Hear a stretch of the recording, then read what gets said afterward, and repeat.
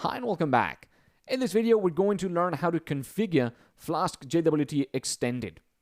Let's open up our app.py and we're going to add our first piece of config here just to help explain what exactly we're going to be configuring. The first piece of configuration we're going to do starts with @JWT.expired token loader. Now, just for completeness, this @JWT here is this variable that we've created, our JWT manager. Expired token loader is something inside that variable. So just like importing something from a module, this accesses something from this variable here. And then we're going to have an expired token callback function. This can be called whatever you want, of course. It is decorated by this function here, this decorator here. Now, what does this do? In our JWT manager, we are decorating this function with an expired token loader. That means that when Flask-JWT-Extended realizes that an access token that has been sent to us has already expired, they expire after 5 minutes, I think, it will call this function in order for us to tell it what message it should send back to the user telling it that their token has expired. Okay? So if the token expired, we're going to give them this message here. It's going to be description. The token has expired. And the error is going to be token expired. You can put whatever you want in here, of course. But I'm just going with a nice text description that maybe they can show in their mobile app or on their website or something like that. And also an error code that won't change ever, so that they can see that this is what the error means. So just to recap, when the token has expired, for example, if they log in and they don't refresh their token and they perform another action maybe half an hour later, what we're going to say is your token has expired because they only last 5 minutes, I think. So we're going to give them this message and essentially ask them to authenticate themselves again. So that's it. When that happens, they'll get this message as opposed to the default message that Flask-JWT-Extended sends that has some sort of MSG and ERR. I don't know. I just like being a bit more clear with what things are. But that's maybe just me. This is the expired token. We're going to look at a couple more. We're going to look at JWT.invalid token loader. We're going to look at JWT.unauthorized loader. We're going to look at JWT.needsFresh token loader and JWT.revoked token. These are just 4 more configurations, and these will happen when certain things happen. Invalid token loader, the function that this is going to decorate, which is going to be down here, is going to be called when the token they send us in the authorization header is not an actual JWT. For example, if you type in a random string in the authorization header, it's going to say, what are you doing, first of all?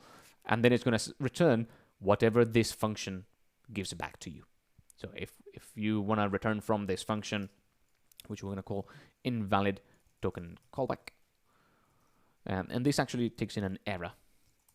If you want to return, what are you doing?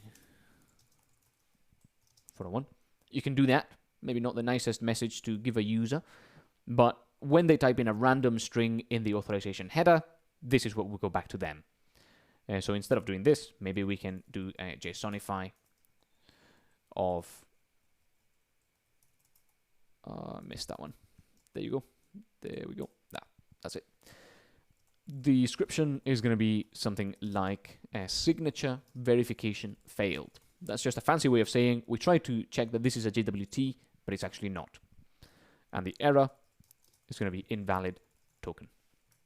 There you have it. Now, when they submit an invalid token, something that we think is a JWT but isn't, we'll try to decrypt it to access the user's identity and other data stored in the JWT, but we won't be able to because it won't be a JWT, and then we will return this message.